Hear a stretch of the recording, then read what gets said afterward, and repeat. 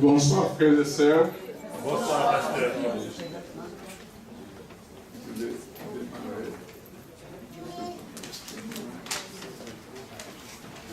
Nous sommes réellement heureux et contents d'être ensemble parce que c'est Dieu qui permet cette occasion. Lèvons-nous et bâtissons, voici les thèmes que nous allons développer ensemble tout le long de ces camps bibliques qui commencent aujourd'hui. Et nous allons aller comme ça jusqu'au dimanche. Bienvenue frères et sœurs. Merci à la sœur Ghislaine, c'était une surprise. On correspondait avec elle, je ne sais pas qu'elle allait être là, merci. L'Alberta, c'est la plus grande province, la plus riche et la plus belle.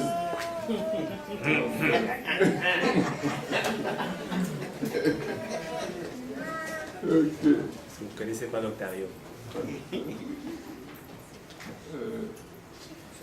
Avec la parole, nous déclarons les camps bibliques 2014 ouverts ici à Ottawa. Et nous allons passer, frères et sœurs, des moments merveilleux.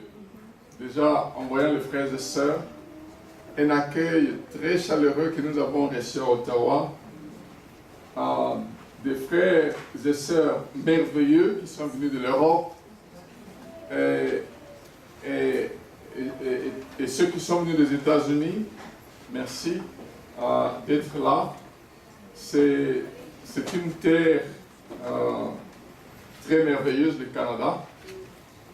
Et c'est pour cela que nous sommes très fiers d'être Canadiens. C'est le pays le plus beau pays au monde.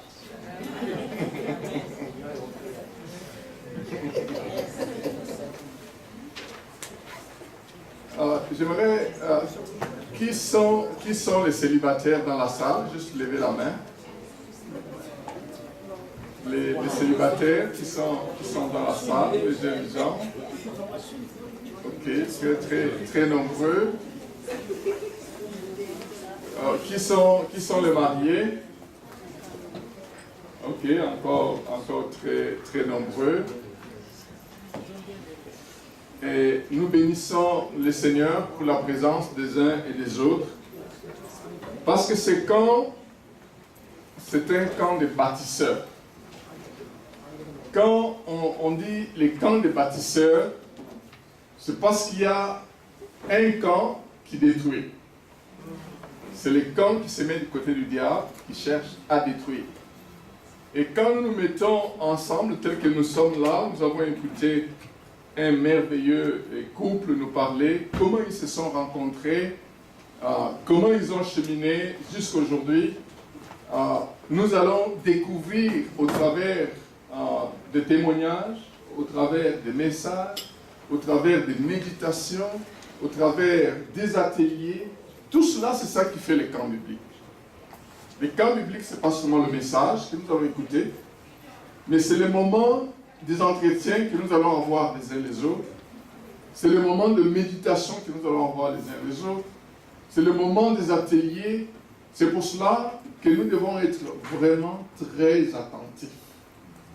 Comme le pasteur José disait tout à l'heure, il faut vraiment profiter de ces moments parce que le Seigneur va nécessairement nous parler. Nous allons beaucoup utiliser les Écritures, parce que c'est ça en fait l'objectif de ce camp. Nous allons beaucoup utiliser les Écritures pour lire, pour voir que ce que nous allons en fait nous dire les uns les autres, ce n'est pas une invention, ce n'est pas notre invention. Nous allons vraiment découvrir les Écritures. Il y a quelques personnes qui vont nous aider avec les conseils, comment bâtir. Déjà, notre thème, c'est « Lèvons-nous et bâtissons nos familles ». Nous avons pris l'exemple de Néhémie, tous nous connaissons cet homme qui avait à cœur la reconstruction du mur de Jérusalem. Et quand il est arrivé, il a vu tout était détruit. Dieu l'a aidé beaucoup, tout était détruit. Alors il a expliqué. Et le peuple s'est levé en disant, lèvons-nous et bâtissons. C'est un élan d'une conviction quelconque, lèvons-nous et bâtissons. Alors celui qui commence par nous donner l'exemple, c'est un fils qui est resté dans la construction, et c'est le fils du charpentier. Donc vous comprenez, c'est notre Seigneur Jésus. Il est resté avec les gens qui aiment beaucoup la construction. C'est notre premier texte que nous allons lire ensemble. Il va nous montrer comment réellement bâtir. Allons-y à Matthieu, chapitre 7, du verset 24 jusqu'au verset 27.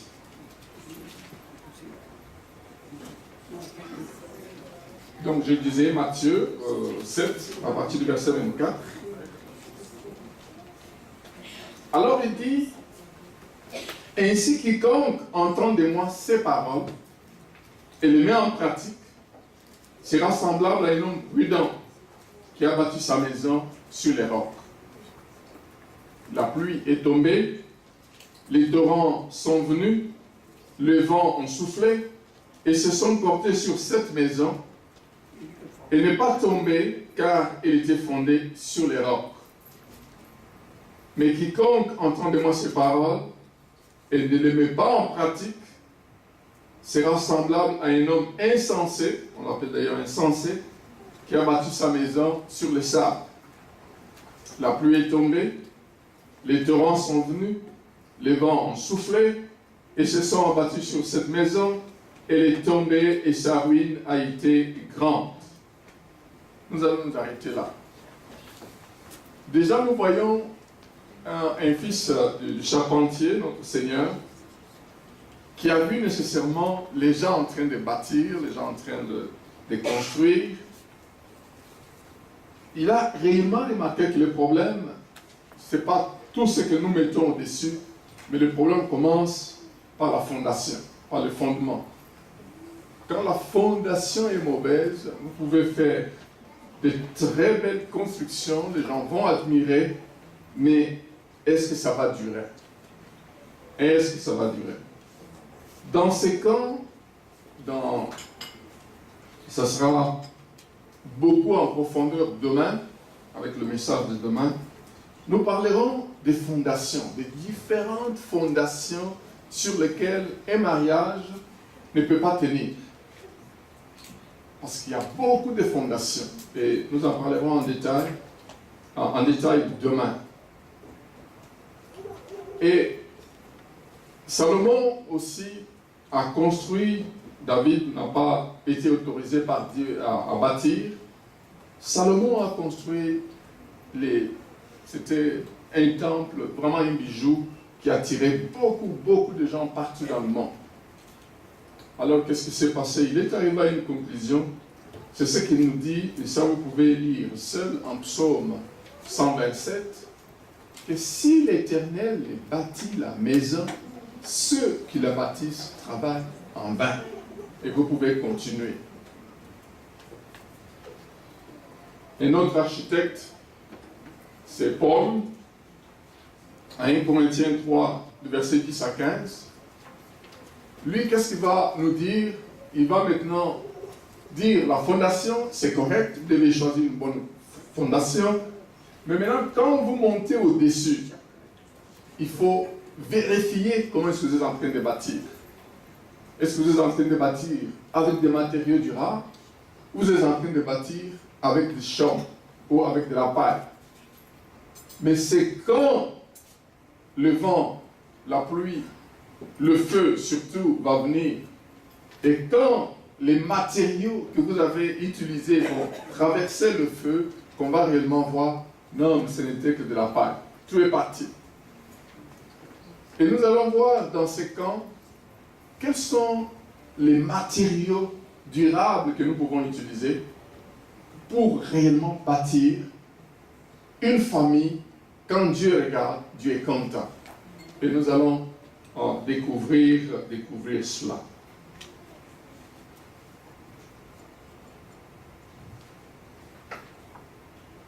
Tout ce que nous allons entendre, frères et sœurs, dans ces camps, ce ne sont que les briques. Bien sûr, on commencera avec la fondation, on entrera en détail sur la fondation, et puis nous verrons les différentes briques, les bons matériaux qu'il faut utiliser pour bâtir une famille qui honore réellement le Seigneur. Maintenant, avant d'aller plus loin, nous allons commencer ensemble par faire l'état des lieux. L'état des lieux dans le sens que si nous pouvons comprendre notre thème, lèvons-nous et bâtissons, c'est que nous devons comprendre quelle est la situation familiale aujourd'hui. Beaucoup de familles se présentent.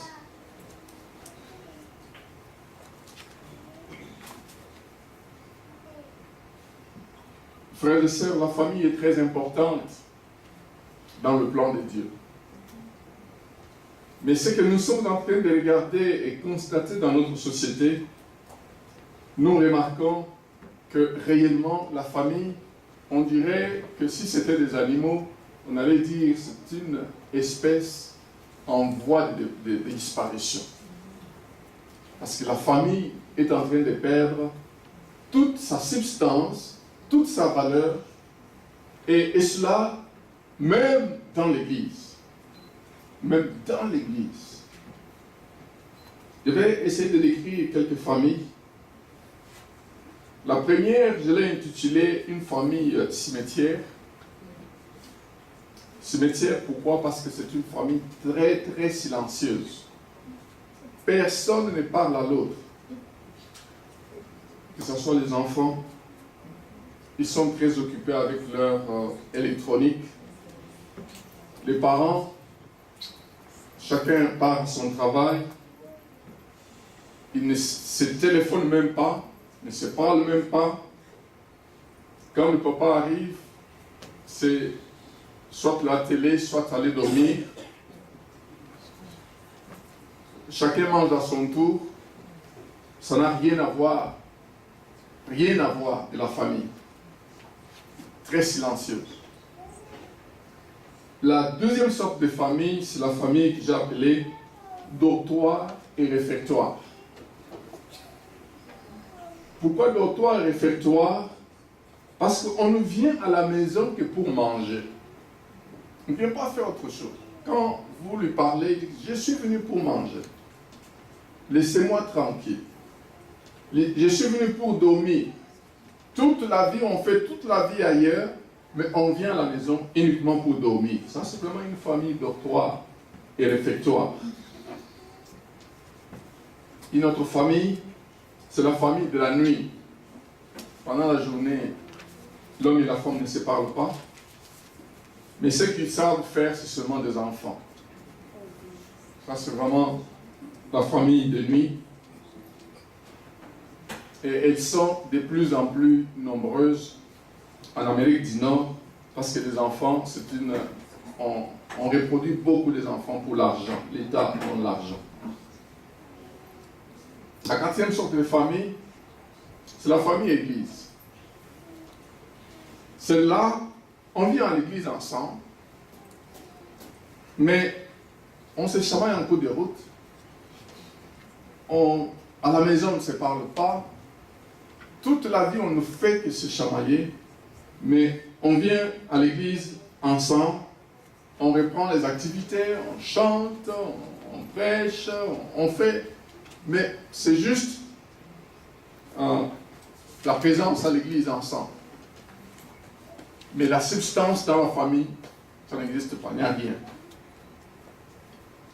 La cinquième, c'est la famille divorcée.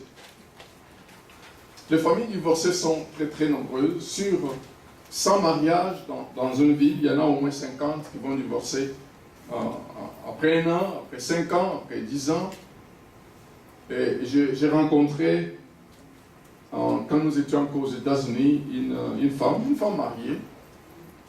Alors, elle me demandait, Célestin, tu es marié depuis combien d'années? Alors, j'étais aux environs de 24 ou 25 ans de mariage. Il m'a dit, est-ce que tu n'es pas malade? Comment tu peux rester avec une personne pendant plus de 20 ans? C'est pas possible. Alors quand je lui ai demandé, mais toi tu es marié depuis combien de temps? Il dit que non, moi je suis marié depuis 1 année, mais je suis à mon 5e mariage. Donc ça c'est vraiment à la mode. On se marie, on divorce, on se marie, on divorce. Ça sont des familles qui aiment beaucoup le divorce. La 7e, la 6e plutôt, merci, c'est la famille apparence. La famille apparence, c'est une famille, apparemment, on pense que tout va bien, mais il n'y a rien qui va dans la famille. Il n'y a rien qui va dans le sens qu'elle n'est pas différente de la famille des divorcés, tout simplement parce qu'on se gêne, on ne voudrait pas qu'on parle de nous qui ont divorcé, mais ils vivent dans la même maison, mais ils sont déjà divorcés. Chacun d'ailleurs est dans sa chambre. Et quand ils sortent ensemble, quand ils vont à l'église, c'est ensemble, les gens le voient ensemble, c'est tout simplement vraiment de l'apparence. Alors la famille apparence, elle peut rester jusqu'à la fin de la vie. Ils peuvent rester 30 ans, divorcés déjà. Les enfants peuvent, quand les enfants étaient à 2, à 3, à 4, à 5 ans, les enfants peuvent atteindre 30 ans, 50 ans, mais ne savent pas que les parents sont divorcés. C'est vraiment juste de l'apparence. Mais il n'y a pas que de familles apparences, il y a aussi de bonnes familles qui ne sont pas des familles parfaites, mais des familles qui cherchent la volonté de Dieu chaque jour. Ça existe aussi dans ce monde. Donc, j'ai voulu tout simplement nous brosser les tableaux des familles qui existent et pour que nous puissions, tout le long de ces camps, pour dire, tous, nous avons besoin que le Seigneur façonne ces différentes familles. Les jeunes gens qui ne sont pas encore mariés vont réellement entendre des choses pour réellement se préparer. Vous avez encore peut-être 15 ans, 16 ans, vous avez encore 20 ans, 25 ans, vous n'êtes pas encore marié, vous êtes peut-être déjà à 30 ans, vous allez entendre des choses, des témoignages, la parole, tout simplement pour que vous puissiez savoir comment bien bâtir une famille qui honore Dieu dans les avenirs. Amen. Amen. Vous êtes toujours avec moi? Oui. Allons-y maintenant, frères et sœurs, pour voir l'origine de la famille. L'origine de la famille. Avant de lire ce texte de Genèse 2, verset 18 jusqu'au 25, j'aimerais nous dire que la famille, ce n'est pas une invention humaine. Ce n'est pas une invention canadienne. Ce n'est pas une invention américaine, ni européenne non plus. Ce n'est pas une invention africaine, parce que nous entendons toujours les gens dire « Nous sommes des Africains, laissez-nous tranquilles. Laissez-nous tranquilles. Vous vivez comme les Européens, mais nous sommes des Africains, nous devons vivre comme des Africains. » Mais les Africains, sachez que la famille, ce n'est pas une invention africaine. Les Européens, il y en a nombreux aujourd'hui, sachez que ce n'est pas une invention européenne. Les Américains, sachez que ce n'est pas une invention américaine ni canadienne non plus. Allons-y, frères et sœurs, en Genèse, au chapitre 2. Nous allons voir où est-ce que les choses ont commencé. Pour les couples qui ont témoigné, c'était juste une rencontre à l'entrée du groupe de prière. Et là, c'était parti. Aujourd'hui, c'est un couple merveilleux. Mais le Seigneur va nous dire, en Genèse chapitre 2, à partir du verset 18, ceci. L'Éternel Dieu dit, c'est Dieu qui dit. L'Éternel Dieu dit, il n'est pas bon que l'homme soit seul. Je lui ferai une aide qui sera son semblable. L'Éternel Dieu forma du sol tous les animaux de champ et tous les oiseaux du ciel. Il les fit venir vers l'homme pour voir comment il les appellerait, afin que tout être vivant porte les noms que l'homme lui donnerait. Le verset 20. L'homme donna des noms à tous les bétails, aux oiseaux du ciel, à tous les animaux de champ, mais pour l'homme, il ne trouva pas d'aide qui fit son vis-à-vis. Alors l'Éternel Dieu fit tomber un profond sommeil sur l'homme, qui s'endormit. Il prit une de ses côtes et referma la chair à sa place. L'Éternel Dieu forma une femme de la côte qu'il avait prise à l'homme et il l'amena vers l'homme. Et le verset 23 nous dit, l'homme dit, cette fois-ci, c'est l'os de mes os, la chair de ma chair, c'est elle qu'on appellera femme, car elle a été tirée de l'homme. C'est pourquoi l'homme quittera son père et sa mère, s'attachera à sa femme, et ils deviendront une seule chair. Le verset 25, qui est très important dans le mariage, l'homme et sa femme étaient tous deux nus, ils n'en avaient pas honte. Et nous verrons en détail ce verset 25 demain. Mais ce qui nous intéresse ce soir, c'est les constats de Dieu. Et ce constat fait que, si nous regardons, frères et sœurs, celui qui fait les constats, ce n'est pas l'homme. Ce n'est pas l'homme. L'homme était très occupé. Parce que quand Dieu a constaté qu'il n'est pas bon que l'homme soit seul, il a commencé, à partir du verset 19, à créer les animaux, tous les oiseaux. Mais aujourd'hui, celui qui constate qu'il n'est pas bon que je sois seul, c'est l'homme, ou c'est la femme. Dieu voudrait que Dieu nous convainque qu'il n'est plus bon que tu sois seul. Il est temps que tu te maries. Au lieu que tu sois toi-même dit, ah, mais j'ai déjà 20 ans, j'ai déjà 25 ans, il est temps que je me marie. Tu vas te précipiter de te marier. Dieu ne t'a pas encore dit cela. Tu dois écouter Dieu te dire, il est maintenant temps que tu te maries. Parce que c'est Dieu qui dit, il n'est pas bon que l'homme soit seul. Il va commencer par créer des animaux. Il va commencer tous les animaux, tous les oiseaux. Mais ce que nous pouvons réfléchir, frères et sœurs, c'est Dieu qui constate qu'il n'est pas bon que l'homme soit seul, mais il ne passe pas directement à créer la femme. Il commence par créer des animaux pour que l'homme donne les noms à ces animaux. Imaginons, c'est pas arrivé, imaginons que quand il était en train de donner le nom, il voit les singes, il se dit, ah, mais celui-ci au moins il est un peu semblable à moi, il faut que je marie ce singe. Aujourd'hui, c'est ça la précipitation que beaucoup de gens font. On se précipite sur le premier venu, on se précipite sur la première venue, mais est-ce que c'est réellement l'os de tes os, la chair de ta chair? C'est peut-être un singe. Et vous allez voir, l'homme ne va pas s'asseoir à la maison, il va commencer de l'arbre à l'arbre à sauter. Mais c'est toi qui t'es précipité. Il fallait attendre le temps que Dieu te dise, il n'est pas bon que tu sois seul. Voici, je vais maintenant t'emmener l'os de tes os, la chair de ta chair.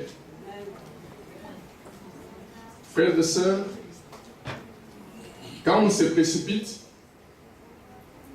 souvent ce qui arrive, c'est que On se précipite, les jeunes gens, écoutez-moi bien, on se précipite toujours sur le premier venu. Parce qu'on se dit, ah mais en tout cas j'ai trop attendu. Le premier venu, il faut réellement que j'aille de l'avant, que je me marie. Alors le premier venu peut venir aujourd'hui et dans une semaine, dans 2 semaines, on voit les invitations. On n'a même pas regardé, est-ce que c'est la personne que Dieu veut? Est-ce que c'est réellement la personne? La personne est-elle convertie? Si toi tu es converti, bien sûr. Est-ce que la personne est convertie? Est-ce que la personne... On n'a pas le temps de préparer et de regarder la personne. On se précipite. Et les conséquences sont toujours fâcheuses. Alors, jeunes gens, avant de vous marier, il ne faut pas dire que l'amour est aveugle. L'amour de Dieu n'est pas aveugle. Si vous dites que l'amour est aveugle, vous vous précipitez, vous allez en train de vous précipiter pour vivre dans l'enfer toute la vie. On se marie pour la vie. Je bénis le Seigneur, nous avons plus ou moins 30 ans de mariage avec mon épouse. Et c'est le mois prochain, en septembre, que nous atteindrons 30 ans. Et c'est parce que, c'est vrai, il y a eu beaucoup de péripéties. Mais on fait les choix, réellement, en ouvrant grandement les yeux. Ce n'est pas en fermant les yeux, non, l'amour est aveugle. Non, je dois réfléchir à la personne avec qui je veux passer toute ma vie. Est-ce que la personne est-elle réellement permise par Dieu? J'aimerais, pour cela, avant d'aller plus loin avec notre texte, lire un texte que nous pourrons relire encore un jour, parmi les jours qui viennent, celui de 2 Corinthiens, chapitre 6, les versets 14 à 18. Ça concerne les célibataires qui sont dans la salle, pour qu'ils sachent qu'il ne faut pas se précipiter sur le premier venu. 2 Corinthiens 6, 14.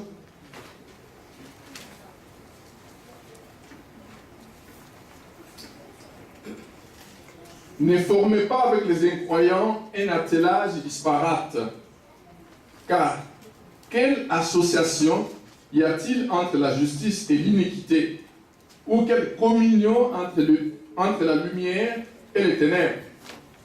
Et quel accord entre Christ et Bélial? Quelle part les croyants a-t-il avec les non-croyants?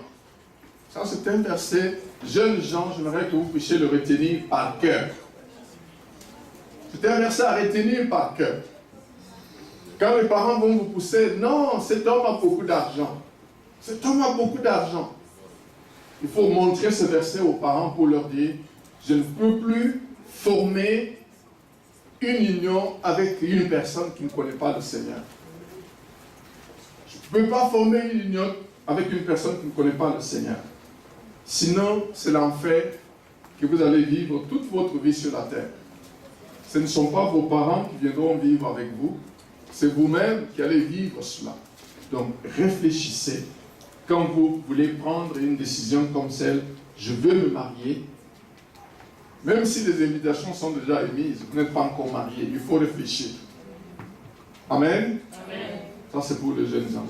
J'espère qu'ils ont noté cela. L'homme n'a pas trouvé son vis-à-vis quand nous rentrons dans notre texte. Il n'a pas trouvé son vis-à-vis. Et c'est Dieu, après avoir fait ce constat, il va réellement chercher à créer la femme de la côte de l'homme. Et des fois, les mamans sont en train de se demander comment est-ce que les hommes, des fois quand ils arrivent, ils jettent la chaussette par ici, ils jettent les mouchoirs par là. Mais il faut comprendre, les hommes ont été tirés de la boue. Ils ont été tirés de la boue. Mais les femmes, très pauvres, de la côte. Donc c'est une fierté pour les femmes. Cela pour montrer Dieu en créant la femme, c'était vraiment un chef-d'œuvre. Il a créé de la côte. Et Dieu est plein d'enseignements quand il fait des choses. Dieu n'a pas créé la femme de l'os du pied. Sinon, c'était pour tous les temps la piétiner. Tais-toi, tais-toi, tais-toi. Elle n'est pas esclave. Elle n'a pas été tirée de l'os du pied. Elle n'a pas été tirée non plus de l'os de la tête pour qu'elle commande. Elle a été tirée de la côte. Et le Seigneur nous dit dans les Écritures, c'est son vis-à-vis, son partenaire. Voilà pourquoi nous devons traiter la femme avec beaucoup d'égard, avec beaucoup de respect. Frères et sœurs, l'homme, quand il va regarder, il va voir, voici cette fois-ci. Une personne qui dit voici cette fois-ci, c'est une personne qui est en train de chercher. Voici cette fois-ci, l'os de mes os, la chair de ma chair. Et j'aimerais souligner quelque chose là-dessus, frères et sœurs. L'homme ne dit pas voici la chair de ma chair et l'os de mes os. Il va commencer par l'os de mes os et la chair de ma chair après. L'os, on ne voit pas l'os. Mais la chair, au moins, on la voit. L'homme commence par l'intérieur. Beaucoup de jeunes gens aujourd'hui, quand ils sont frappés par la beauté, et ils sont partis. Je veux me marier, elle est belle. Oui, mais quel est son intérieur? Il faut regarder d'abord l'intérieur.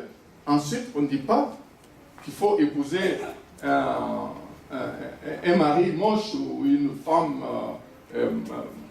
moche. Non. Il doit être belle, il doit être beau. Mais où est-ce qu'il faut commencer? Si vous commencez par l'extérieur, vous risquez de faire un mauvais choix. Beaucoup de gens, jeunes filles, oh il est beau, je ne veux pas entendre. Comme il est beau, moi je vais de l'avant, je vais l'épouser. Oui, c'est bien. Mais son intérieur, son âme, est-il sauvé? Quelles sont ses priorités? Est-ce que c'est Dieu ou ses priorités? C'est l'argent. Ses priorités, c'est peut-être la magie, vous ne savez pas. Donc il faut savoir, quand on met Dieu avant, ça c'est l'intérieur. Je dois d'abord voir, est-ce qu'il a une relation avec Dieu? Est-ce qu'il a une intimité avec Dieu? Pas une relation apparente, du vernis, pas du vernis. Il y a beaucoup de vernis aujourd'hui dans l'église. Réellement profonde. Et là, on doit s'asseoir. On doit réfléchir. Quelles sont tes priorités? Ensuite, nous allons regarder la beauté. L'homme va regarder, voici cette fois-ci l'os de mes os, la chair de ma chair. Il va voir plus loin l'intérieur, il va regarder l'extérieur après. Réfléchissez, ou réfléchissons, nous parents, quand nous devons guider nos enfants à se marier, souvent c'est avec précipitation. Le premier poème est venu de l'homme, cette fois-ci l'os de mes os, la chair de ma chair. Quand nous regardons, frères et sœurs, il a bien sûr commencé par l'intérieur, l'os, ensuite l'extérieur, la chair, et après, ils vont réellement former, parce que Dieu va les attacher, le verset 24, l'homme créé à l'image de Dieu, la femme créée à l'image de Dieu, vont s'attacher, ainsi, ils vont devenir une seule chair. Nous allons entrer en profondeur d'une seule chair demain. Mais quand nous réalisons encore comment ils ont été bénis, Genèse 1, verset 26-27, ils ont été créés, l'homme et la femme, ils ont été bénis, on leur a donné la possibilité de procréer, d'avoir des enfants, de former une famille. C'est ce qui fait que tout le reste qui vient, maison, voiture, bien, travail, ce sont les conséquences de la bénédiction qui a été formée sur l'homme pour qu'ils aient la possibilité de produire du bien. Frères et sœurs, cette origine de la famille, c'est pour nous montrer que ce n'est pas une invention où nous allons nous dire chez moi, chez les Balouba, ou au Kassai, la femme ne doit pas parler, la femme ne doit pas faire ceci. L'invention du mariage ne vient pas ni de telle tribu, ni de tel pays, elle vient de Dieu. Voilà pourquoi tout le long de ces camps, nous allons beaucoup écouter Dieu nous parler. Nous allons beaucoup écouter Dieu nous parler. Frères et sœurs, maintenant, nous allons regarder, après avoir créé la famille, ça c'est la première institution, j'aimerais vous parler des 3 institutions que Dieu a créées.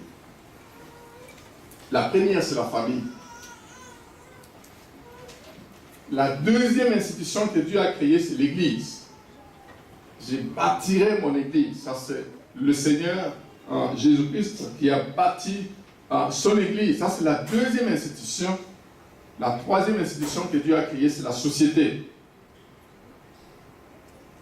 Les différentes églises vont constituer la société. C'est la famille, frères et sœurs, qui est la base de tout. Tout commence par la famille. Si vous entendez que dans une école, il y a un enfant qui a pris le fusil, qui a abattu sa mère, qui a abattu les jeunes gens, qui a abattu le professeur, c'est la famille. Ça vient de la famille. Si vous entendez qu'il y a un président qui a pris tous les handicapés, il les a mis dans l'avion, il les a jetés dans l'eau, c'est la famille. J'aimerais que nous puissions comprendre que la famille, non seulement elle est très importante, mais c'est la source de tous les maux dans la société. C'est dans la famille que tout vient.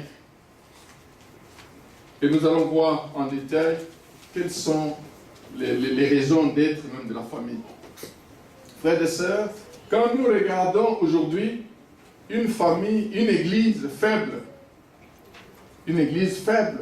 c'est parce qu'elle est composée de familles faibles. Des familles qui font que passer du temps à se chamailler, qu'il faut que passer du temps à se battre, qu'il faut que passer du temps. Moi, j'ai déjà connu même un pasteur, il passe du temps à se battre avec son épouse, et puis il se présente le matin, et je commence par trancher les choses avant qu'on commence le culte. Donc, c'est pour dire, tout commence dans la famille. Quand il y a un ça ne va pas dans la famille, l'église est malade, la société est malade.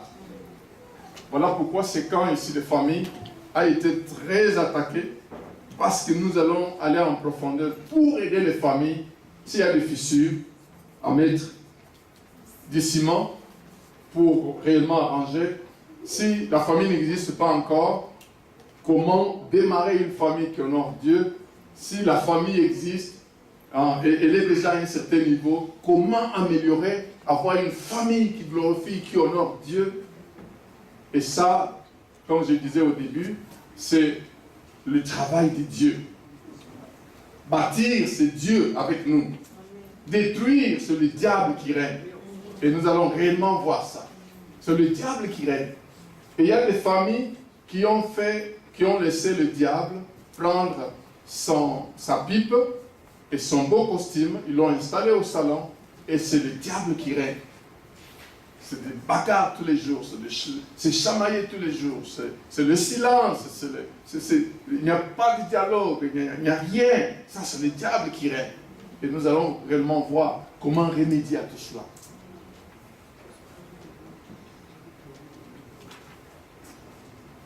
Quand la famille est faible, c'est l'Église qui en pâtit. C'est la société qui reçoit des coups. Voilà pourquoi nous avons raison en tant qu'Église, en tant qu'une branche au service des églises, aider vraiment les familles à bâtir des familles qui honorent réellement Dieu. Frères et sœurs, j'aimerais nous donner, nous sommes tous ici, nous avons une famille, tous nous appartenons à une famille, nous avons des parents, nous avons des enfants, nous vivons avec des familles côte à côte, nous leur donnons des conseils. Nous allons commencer par voir quelle est la raison d'être de la famille? Quand nous n'avons pas compris la raison d'être de la famille, nous ne pouvons pas aller loin avec notre famille. La première raison d'être de la famille, c'est un instrument de salut pour le monde. C'est un instrument de salut pour le monde, la famille. Un instrument de la créativité. Un instrument où tout doit commencer.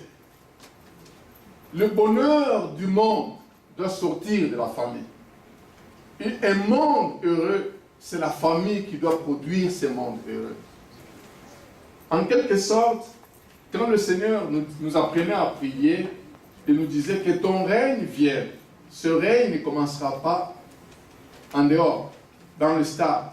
Ce bonheur de Dieu commence dans la famille et se répercute ailleurs. C'est le salut. Nous nous rappelons, nous pouvons nous poser des questions. Pourquoi est-ce que le Seigneur est né dans une famille, notre Seigneur Jésus? Du temps du Seigneur, il y avait beaucoup de vierges. Mais pourquoi il n'est pas allé naître dans une vierge qui n'est pas engagée et il est parti naître dans un couple où il y avait déjà un engagement? Vous allez me dire que Marie était encore fiancée, mais rappelons-nous, ça c'est Matthieu 1, verset 19-21, Joseph, l'ange, lui a dit, ne divorce pas avec ta femme. S'il n'y avait pas d'engagement, vous ne pouvez pas lui donner un tel message. Donc, Marie était déjà engagée. Et Dieu savait qu'il ne peut pas amener un sauveur du monde en dehors de la famille. C'est ainsi que Jésus-Christ est né dans une famille. Pour sauver le monde, bien sûr. À partir de cette famille, le salut est arrivé au monde. C'est pour dire, chaque enfant qui est dans une famille, c'est un petit salut pour l'humanité. C'est un petit salut pour l'humanité. Et aussi, quand cet enfant, à partir de la famille, on lui a pas montré l'amour, on lui a montré la destruction, on lui a montré beaucoup de dégâts. Quand il sort, à l'âge de 15 ans, à l'âge de 20 ans, il commence à tuer le monde. C'est dans la famille. Donc, c'est un instrument de salut pour le monde, la famille. Ça, c'est la première raison. La deuxième raison, c'est le reflet du ciel sur la terre. C'est le reflet du ciel sur la terre, la famille. Quand Dieu a créé l'homme et la femme, c'est pour réellement que le bonheur là du ciel, qu'ils expérimentent aussi longtemps qu'ils sont sur la terre. Si nous pouvons lire, qu'est-ce que c'est en fait le reflet du ciel sur la terre, en Romains 14, le verset 17-18, nous allons voir. Je m'excuse.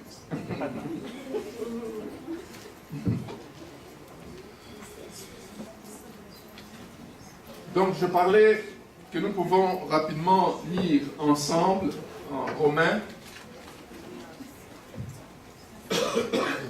chapitre 14. Ok, merci.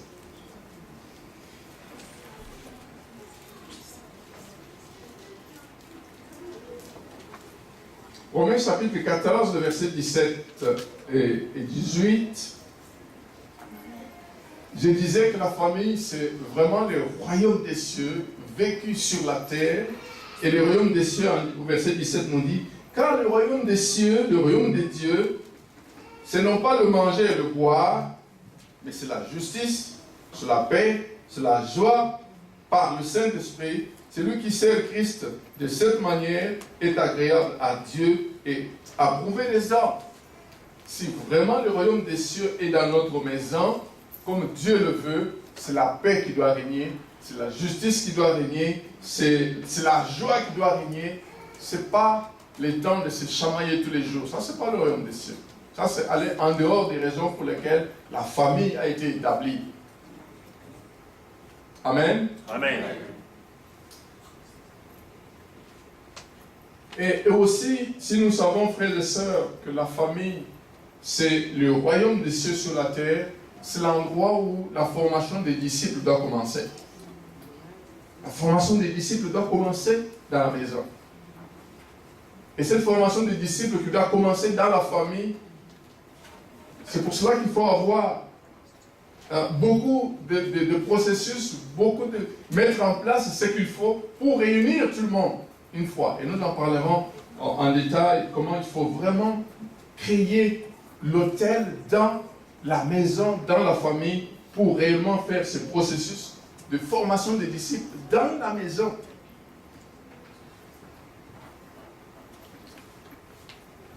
La troisième raison d'être de la famille,